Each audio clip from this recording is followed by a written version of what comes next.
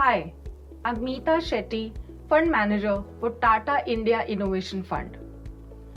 This was an NFO we did last year, and the idea was to capture the innovation going around across sectors and across segments. When we looked at innovation as a theme, we realized that today we have innovation across three key pillars. First was services, second was product, and third was the business model itself. With that idea, we actually launched this product. By the nature of its theme, the sector obviously was going to have high beta names, and which is what this portfolio is all about. But 2025 as a calendar year was extremely volatile for high beta names. But we have stick to our theme and our vision here versus what we want to deliver. If you look at the fund, currently we own around 60 odd stocks. We are overweight on sectors like IT, Pharma, Auto, while we are underweight on sectors which are traditional economy sectors like cement, power, metals, oil and gas, etc. On banks, also we are underweight, but we still have a decent position on the sector.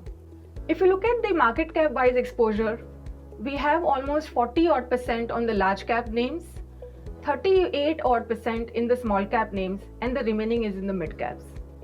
As we step into 2026, we expect the high beta names to start doing better, driven by an earnings recovery that we foresee and a follow on multiple re-rating that we expect to happen.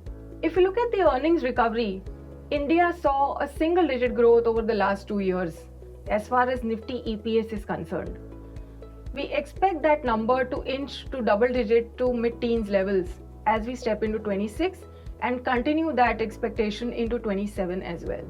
As far as risk for this fund is concerned, the geopolitical overhang or the trade deal can continue to weigh on the sentiments till we get clarity.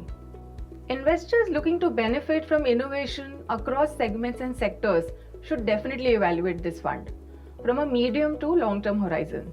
Thank you so much and wishing you all a very happy new year.